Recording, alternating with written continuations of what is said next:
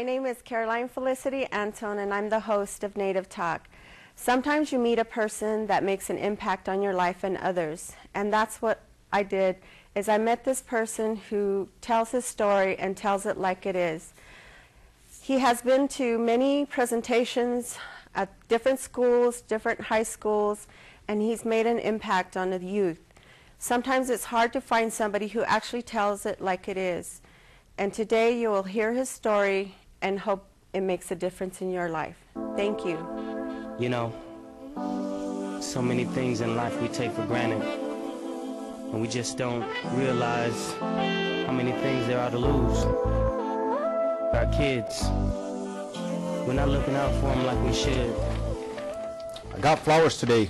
It wasn't my birthday or any other special day. We had our first argument last night, and he said a lot of cruel things that really hurt me. I know he is sorry and didn't mean the things he said because he sent me flowers today. I got flowers today. It wasn't our anniversary or any other special day. Last night he threw me into a wall and started to choke me. It seemed like a nightmare. I couldn't believe it was real. I woke up this morning sore and bruised all over. I know he must be sorry because he sent me flowers today. I got flowers today, and it wasn't Mother's Day or any other special day. Last night he beat me up again, and it was much worse than all the other times. If I leave him, what will I do? How will I take care of my kids? What about money? I'm afraid of him and scared to leave. But I know he must be sorry because he sent me flowers today. I got flowers today. Today was a very special day. It was the day of my funeral. Last night he finally killed me. He beat me to death. If only I had gathered enough courage and strength to leave him, I would not have gotten flowers today. And it's hurting him. So everyone pay attention, because we really need to make a stand. You know? She was only 13 with no family. My name is Gilbert Manzanares, and I had this presentation that I had a vision of it about 2 years ago before I started it, actually started in that. And what it is, it's a story, my personal life story, as well as a message to stop the violence for gang violence, domestic violence, drinking and driving, and teen use.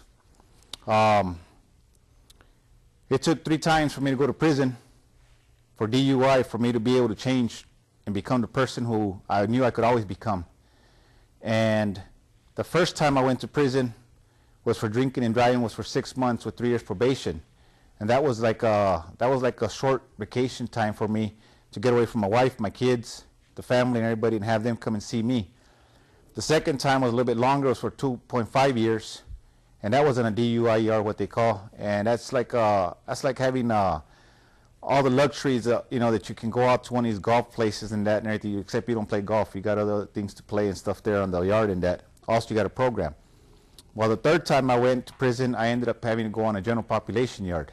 That general population yard, I was on there with people from murder all the way down to different types of crimes. When I got there, I asked myself, and I cried out, and I said, why am I here? Why do I have to be on a general population yard when I'm only a drunk driver? I never killed nobody, I never hurt nobody or anything. Why am I here?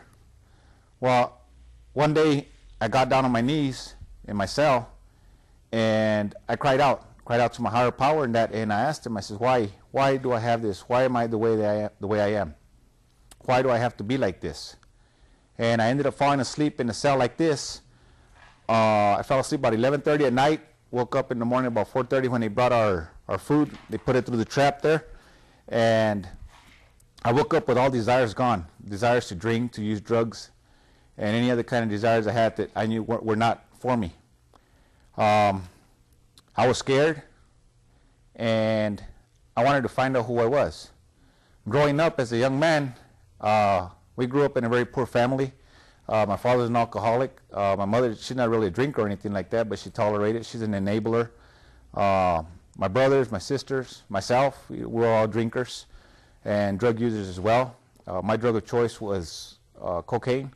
I tried heroin and a couple other drugs just on a trial basis. But alcohol was my number one, was my favorite, with cocaine, you know, following. I think the first time I got drunk was about 6, 7 years old at a house party. They thought I was cute because they let me drink alcohol, put me up on top of the table, and asked me to dance. And I danced for them, and I fell off the table. I ended up cutting my head open. Well, because of my age and me being intoxicated, I couldn't go to they couldn't take me to the hospital. So my dad ended up patching me up and taking care of me. After that, every time we had a party or whatever, I used to go take a drink of my dad's beer or my uncle's beers, or else I'd steal beers from the refrigerator and go outside with my cousins or my friends, and we would drink. So once I got that liking to it, I started drinking more. In high school, I started ditching more and started cutting classes and that, going to the bar, drinking. We go on the weekends and we drink. I joined the Marine Corps, and I even drank more there because I felt that I was a man and I earned that right. And it got me into trouble with the Marine Corps also. I finally got married, and I met this woman who is presently my wife right now, 31 years, and she had some qualities I was looking for in a woman. And so I said, you know what, I'm going to marry this woman. She has the qualities I'm looking for, so I'm going to marry her. And I did. I ended up marrying her in a really nice church wedding and that, and had a lot of guests. And the thing about it was that I went and I made her my wife. After I made her my wife, I made her a mother. And right after I made her a mother, I made her a slave. I took away a lot of her dreams from her. I took away a lot of her goals, and I made her my slave. I put her through hell and back, which I regret today. She gave me 6 beautiful kids. I got 3 boys and 3 girls, and I put them through hell also. I still couldn't understand why I was the way I was towards her, towards my mom, towards anybody in particular as far as a female person. Why I wouldn't allow them in my space, why I wouldn't allow them to show affection to me or me to them. I wasn't the kind of person that could hold hands with people, hug people and things like that, because I was scared to show affection. I didn't know why. So when I went to prison this last time, I asked to speak to a counselor. From the counselor, they had me talk to a psychiatrist. The psychiatrist had me hypnotized. So during the process of me being hypnotized, they took me back to when I was 9 years old, that we lived in California in the projects. And this one lady there in the projects, who was 18 years old at the time, we saw her before taking kids from the park there and taking her into her project. But we wouldn't see the kids come back to the park. They would take off running somewhere else. We didn't know why. So this one incident, she goes and she gets hold of me, takes me up into her projects, and she had water already prepared in the bathtub and that, and she got undressed and she got inside the bathtub, and then she told me to get inside the bathtub with her. I told her I couldn't because my parents would be calling for me real soon, because we had a thing at where we lived at, that as soon as the park lights came on, the street lights came on, it was time for us to be inside the house getting ready for school the next day. So that was pretty close to that time, so I knew sooner or later my mom was going to be hollering for me or my dad. And she went and she forced me to get inside the bathtub with her. And I told her I didn't want to, and she grabbed me by the arm and pulled me in, told me to get inside with her, and that had me get undressed and everything. And I stood in front of her, and I stood like this in front of her in the bathtub, and she kept hitting my hands, and she kept telling me to move them and that. And she went over there, and she yanked me by my arm, and she pulled me by the hair and things like that. And finally she went over there, and she says, well, touch these. Do you like these? And I'm like, no, I have to go. My mom's going to call me right now. And she said, I told you to touch them and everything else, and I didn't want to, so she forced me. And then she did some things to me, my private parts, to where she bit me, and she caused it to bleed. Right after that happened, my mother was hollering for me to come home and get ready for school. So when I was getting out of the shower, out of the bathtub there, she grabbed me by my arm and pulled me down towards her. She says, listen, she says, if you ever tell anybody what just happened, they're not going to believe you. They're going to believe me because I'm the adult and you're a kid. They're not going to believe you. And if you lie, they're going to send you to Mother Higgins, which back then was the juvenile center. So I said, okay, I promise you I won't tell nobody in that. She says, okay. She says, don't forget. So I put my clothes on, hurried up, and dried the best I could, and I ran home. My mom says, get upstairs and get ready for bed. You know, get ready for school tomorrow, take a shower and everything else. So I did. I got jumped in the shower again, took my clothes off and everything. My mom had the habit of going inside there, picking up our dirty clothes, and she would put them in the hamper. She'd start washing us for us. She saw my underwear, and she saw blood on my underwear. And she asked me, she says, Gilbert, she says, why do you have blood on your underwear? And I said, I caught my thing on the zipper. And that was the first time I lied to my mom regarding that. After that, I kept it a secret for many, many years. So during the time that they had me hypnotized, I cried and I was like very angry. I wanted to kill this woman. A lot of things went through my head at the time and that. And finally, when they brought me out of the hypnosis, the psychiatrist asked me what my intentions were, what I'd like to do. And I said, I'd like to kill this woman because she has ruined my life for all these years. I haven't been allowed to show affection to my mother, first of all and foremost. I haven't been able to show any other female, and I've heard a lot of females along the path. And he says, well, what do you want to do? I said, what can I do? I said, I can't kill her. I don't know where she lives or whatever. He says, well, take a couple days and think about what you like to do. So I did. And I ended up writing her a 7-page letter. 7 pages, I don't know why, but I wrote her a 7-page letter front and back. And in that process, I cussed her out. I cried. I was mad. I did all kinds of things. All kinds of emotions came out and everything else. But at the end, I was able to forgive her. And I said, God will deal with you. My higher power is going to deal with you at some point in your life. And I remember what the psychiatrist said, how many other kids do you think she already did this to? How many times do you think she's lost sleep because of what she did to you? And which was true. So from that point on, I started healing. My healing started going on and everything else. I started liking the person I was. My parents came to visit me one day, and I got my mom and I gave her a hug and everything else, and she sort of pushed away from me. And she said, what's wrong with you? She said, you smoking marijuana or what? Because she was not used to me being that way with her. My wife went to visit me and my kids, and I grabbed my wife's hand in that, and she liked it. She said, I think I'm going to like this change that you're making and stuff. So I was able to start making changes in my life and that. And I started noticing that I didn't need the drugs and the alcohol no more in my life to let me be who I wanted to be.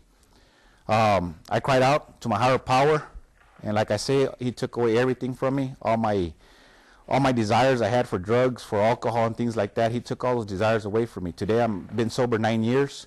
I don't smoke, I don't drink, I don't go in bars. I do whatever I can for my kids. I believe that I'm my kids' role model right now. I have 3 wonderful young men who do this work with me. I have 3 beautiful daughters, and I try to be the role model to them today, to where I don't tell them that much, but I try to show them by them seeing me on a daily basis of how I carry myself and how I am. I got 3 beautiful grandkids, a grandson and 2 beautiful granddaughters who I hope to be a role model to someday. I got a very good relationship with my father and my mother today, my sisters and my brothers. So it was all worth it. But my message that I bring to you guys today is not so much about my story, but where I went in hopes of keeping one person from going through that path. And unfortunately, some of us are going to go through that path because the statistics show that 1 in 3 will go to prison at one time or another in their life. 1 in 2 will be pregnant before the age of 18. The domestic violence, the gang violence and all that, it all goes hand in hand with going to prison. When a father, a mother, a parent goes from a 2-parent home to a 1-parent home, chances are that that youngster in that home, whether it be a female or a young man, one of them is going to end up in prison because of the father figure, the mother figure. Somebody's missing from that family dynamics. In my case, I've been very fortunate. My kids, I'm not saying that they're the best in that they made their mistakes in that, but I think that my wife along the way also did a good job.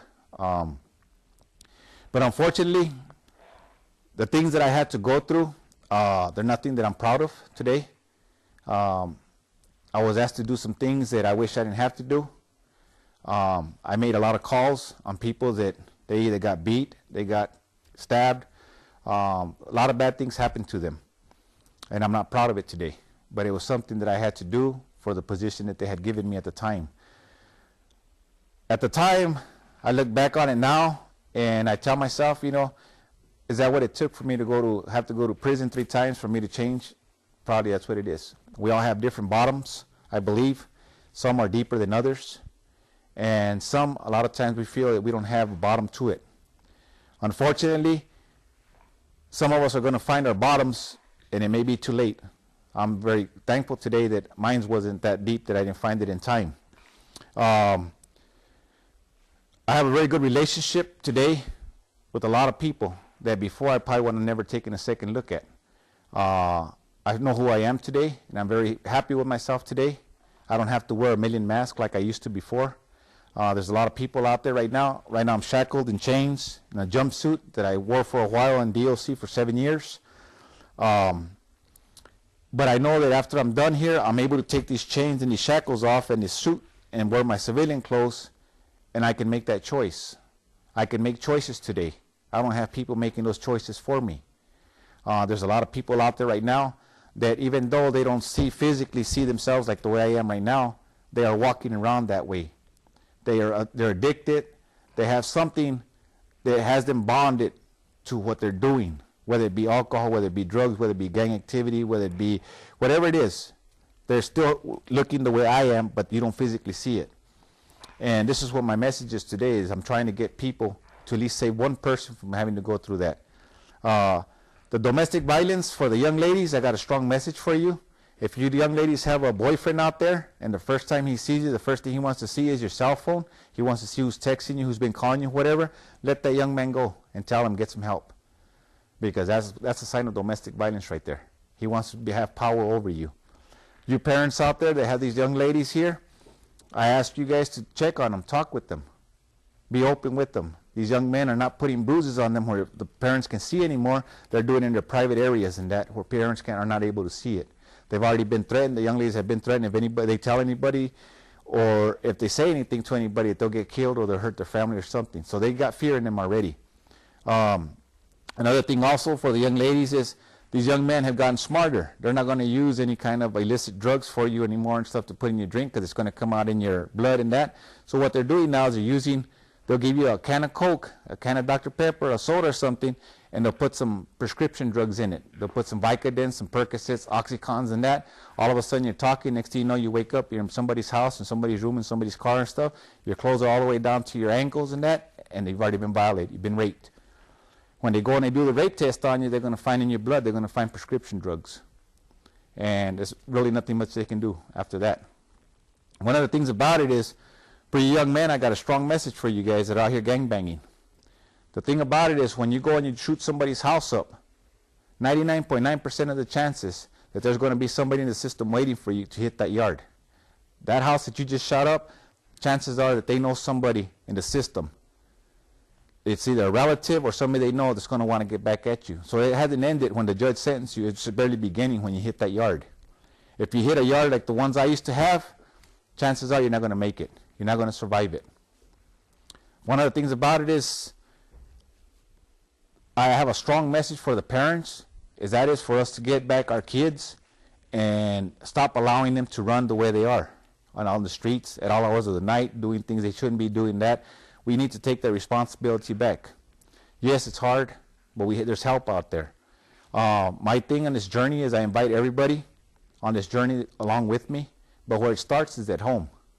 If one person at home will take an initiative to do something in that family, it'll make a big difference.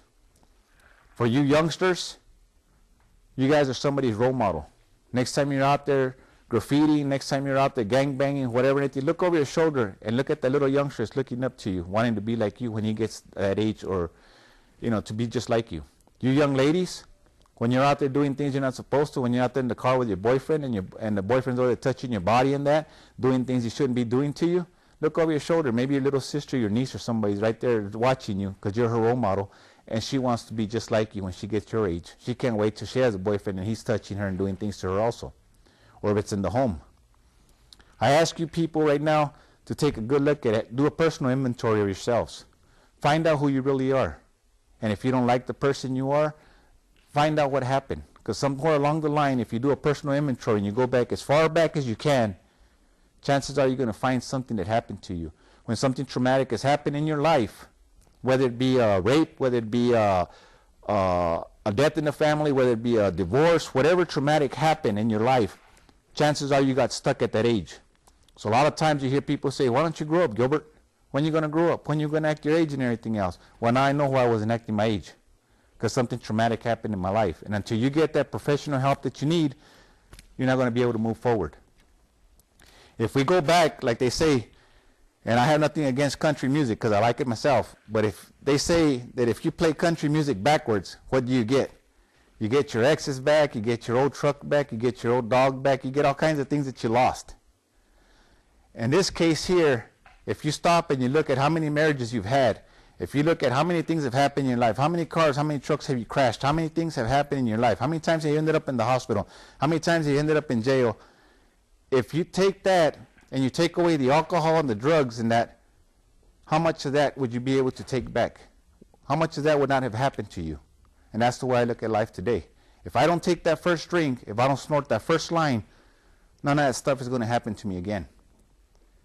Right now, the thing about it is, when I had this vision about doing this, coming out to the community and trying to save one person at a time, I said, you know what? I need the 3 props. I need 3 things to help me with my presentations.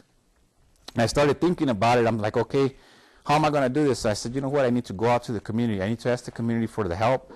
I need to get some people to come on board with me. I need to do a lot of work, but I'm going to get it done. So this is how I came about my props that I have here. When I first started doing this back in March of this year, I started with this cage here, which was 3 pieces. It had the front part and 2 sides. It had a cardboard box, a mattress on top of the cardboard box, and that was it. Did it at Desert View High School, and it turned out pretty good. And the thing about it, the kids from this welding class, they told me, they said, you know what, sir, leave us that cage, get us another piece of wrought iron, and we'll put a cage together for you. And this is what the outcome of that was. They were able to help me. The Pima County Jail went over there, Mr. Clark. I went over and I talked to him and I asked him about, helping me with the unit. That's the toilet sink combination that they have there at the county jail. It's a powerful unit. It'll take a blanket and swallow it like nothing. They were able to help me. So from that point on, I had my prison cell already made, ready to go. It's something similar to this is what they're sharing right now in the system, except that they have 3 people, up to 3 people in a cell. From there, I went to Carrillo Funeral Home, and I asked him if there was any way that he could help me with a casket. So I went over there, and he told me, yeah. He said, let me go see what's inside my, what do they call it, where they keep the caskets and all that down in the basement. And they came up with this casket here. And they donated that casket to my cause for my program and that. And it's a real casket. A real person will fit in it comfortably and everything. From there, I went to World Care of Tucson, and they have nothing but medical supplies, and they have medical beds and things that they help out the community with. And they came up, they donated this bed here, wheelchair, crutches, and we were able to, do the what we have as far as the medical part of it. All these are just props.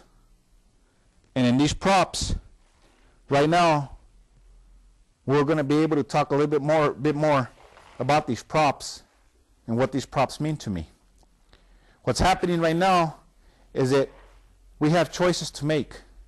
If you're involved in gangs, if you're involved in alcohol and drugs, if you're involved in domestic violence, you young ladies are putting up with domestic violence like I just read that poem, get out of it. Don't be that person in that poem. Don't wait till he kills you. Get help. There's people out here willing to help. Gang members, domestic violence patients, don't look like these people on my props. You have that choice to make. You can make that choice. You can make that choice to stay in a wheelchair for the rest of your life, where you're going to have somebody push you, push yourself around in a wheelchair, do things for you. Or you can go on one of my medical beds here and not be able to get up, have somebody have to clean you, have somebody feed you, or feed you through an IV, through a tube. Or you may go to prison 3 times like I did. Total of 12 years it took me to go in a prison cell for me to be able to change my life around. It's all up to you. You can make those choices. Or you can just skip the medical part of it, the prison part of it, and just go straight into one of these caskets that I have here. Once you get into this casket here, you have to remember, though, that there ain't no turning back. There's no turning back. It's the end. It stopped. And that's the scary part about it. There's some people right now that are willing to pull a gun on somebody and not think about it. That instead of putting them in a hospital bed or putting them somewhere else, they want to put them in a coffin right away. My message to you guys right now that are out there gangbanging in that, think twice before you pull that trigger. Because that person that you're going to put in that coffin, they have a mother, they have a father, they have sisters, they have brothers, they have aunts, they have uncles. But you know what? You're not just going to destroy one life when you put that person in that coffin. You're also going to destroy your life. And you probably have a mother, you probably have a father, sister, brothers, aunts, and uncles. Yeah, a lot of people don't think the way they should. Why? Because their mind is foggy. They're either using prescription drugs, illicit drugs, cocaine, heroin, alcohol. They're using some form of drug in order to get the job done. But I ask you guys today to think about it really good. Before you pull that trigger, before you hurt somebody or kill somebody, think about what choice you're making. Are you making the choice that after you pull that trigger and you kill that person and you put them in a casket, are you making that choice of going to prison for the rest of your life and rotting in one of these prisons and having people make decisions for you? Or are you thinking that maybe you might end up in one of those beds or one of them wheelchairs for the rest of your life? People are going to take care of you. Think. That's what I ask you today, is to think about before you do anything. It's unfortunate because the thing about it is we all know somebody right now that's involved in gangs. We all know somebody that's involved in a domestic violence case. But the sad part about it is we'd rather, instead of help them, instead of talk about it, we'd rather just turn the other way and say, you know what? That's what she wants. That's what he wants. But I ask you guys today, that person that you know that's in domestic violence relationship, that person you know that's a gang member, reach out to them and tell them you love them. Reach out to them and offer them the help. They may be waiting for you to be the person, to be the one that's going to offer them the help that they want. It may be you that they're waiting for you to be able to put your arms around them and say, you know what, it's going to be okay. I'm going to walk through it with you. And this is my journey that I'm on. And I ask anybody that's willing to take this journey with me to start at home with somebody that you know, somebody that you love. And after we do that, if you'd like to contact me, if you'd like to get a hold of me to get on this program with me, then my doors are open to you. We can go on this journey together and we can make a difference. Right now, these people that I have on these props, they're going to go ahead and they're going to introduce themselves, and maybe say a little bit about themselves. But it's only a skit. Like I said before, I'm very thankful I can get out of this jumpsuit right now. I can get out of these cuffs. These people are going to be able to get up. They're going to be able to take all these bandages off, all these things off. My son, who's in his casket right now, is going to be able to get up. He's going to be able to walk. He's going to be able to go places with me, do things with me. I don't have to bury him. And this is what I ask you guys. Let's stop burying these youngsters and let's start making them the men that we need. Let's stop beating these young ladies up and letting them be who they want to be. Let's stop taking their dreams and their goals away from them and making them slaves. Let's encourage them. Let's push them to fulfill their goals and their dreams. That's what I ask of this, is to open up your hearts, open up your minds. And let's help each other fulfill our dreams and our goals. Okay. And this wheelchair here is Danny. Hi, my name is Daniel Martinez, and I'm a friend of Gilbert Manzanares. The thing I want to ask you, all of you teenagers, and what Gilbert was saying right here earlier is the truth, okay? And don't get involved with things like this, okay? With drugs, domestic violence. As you saw right now, the three props right now, okay? You saw like me right now sitting in this wheelchair right now, and this young lady here in the bed, and you saw the coffin, right? Those are the three things, okay, that you're gonna have a choice, right? You're gonna be in jail, in a hospital, or dead. Now let me tell you something, okay? I have an uncle who's a mortician, right? And I've been in there, and I've seen how they prepare a body, right? And it's nothing that you want to see. It's gross, right? It's not funny.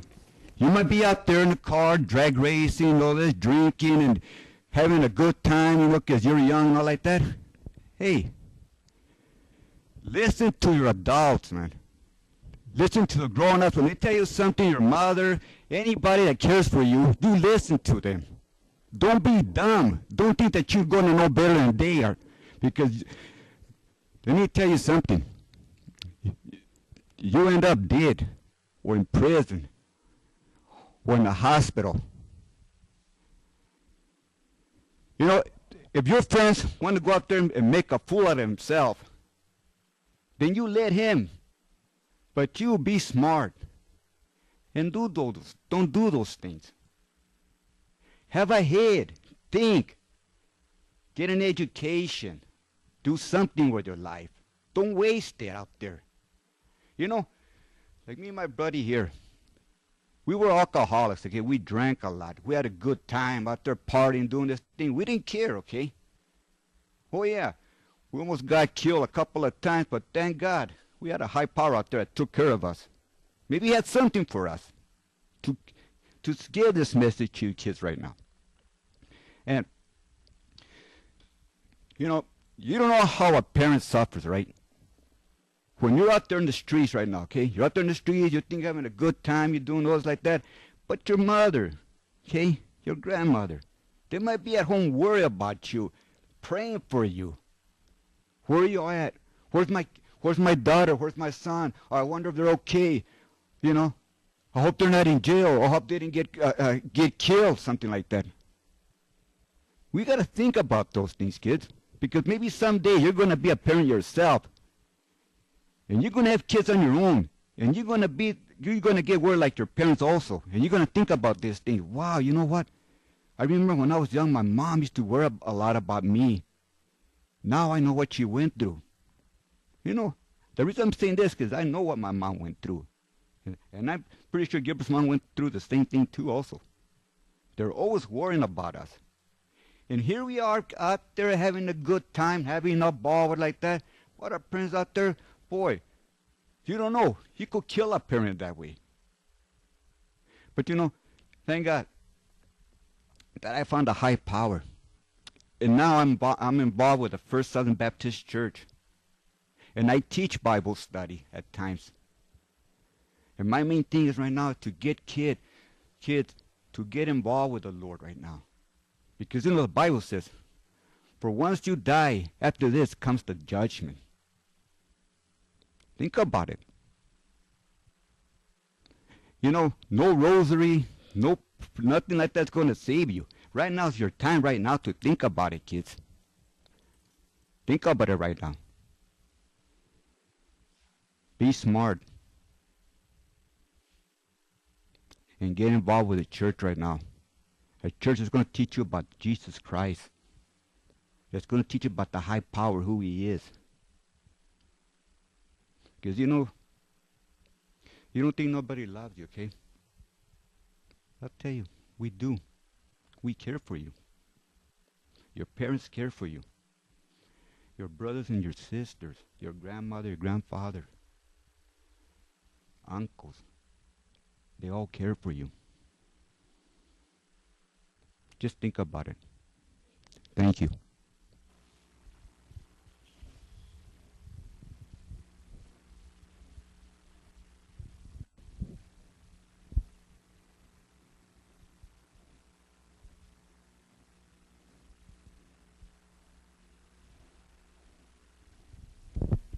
Hi, my name is Catalina Altamirano, and I'm here representing all the abused people there are.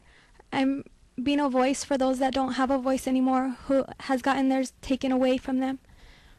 I've seen family members, my relatives, in this very position. I've seen best friends in this position that I'm in right now. And I just want to say, if you're a guy and you're hitting your girlfriend, or you're hitting your wife, you know, every time you see her face, every time you're about to hit her, think of your mom. And would you want your mom to be getting treated the way you're treating another woman? She's somebody's mother. She's somebody's daughter. She's somebody's sister. And if you would want your sister to be treated like that, if you wouldn't want your sister to be treated like that, then you don't treat someone else's sister like that. You know, fortunately for all the cases that I've seen, they were able to get up and walk out of the bed. But who knows, maybe next time he's going to hit just hard enough that she'll never walk out again, that she won't wake up again. And just think about that. I mean, if it makes you feel like a man to hit her or hit whoever you're hitting, in hitting her, you're being more of a coward. A real man can respect his woman and treat her what she deserves to be treated like. You know, love her and cherish her, that she's even able to be a part of your life.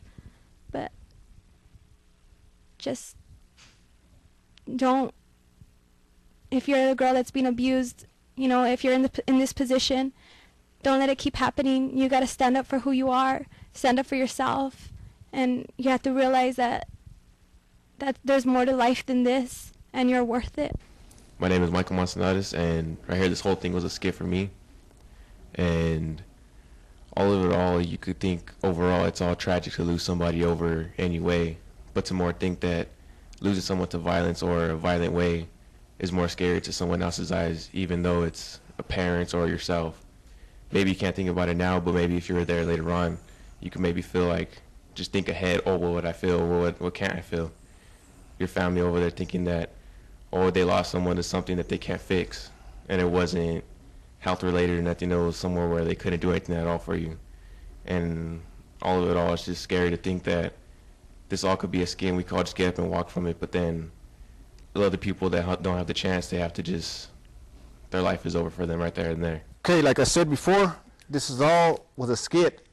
I'd like to thank Danny, my son Michael, Catalina here for helping me with this presentation.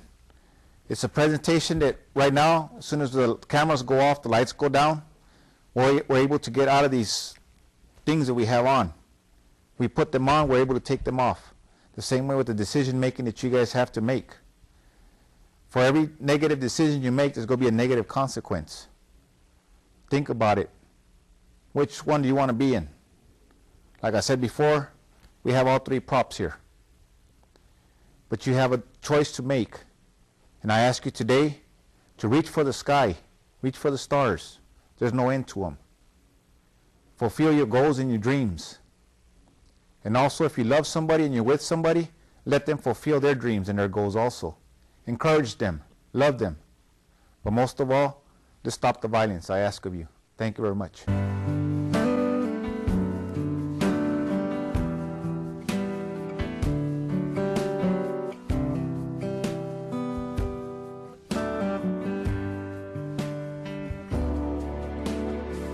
Another summer day has come and gone away from Paris and Rome, but I wanna go home.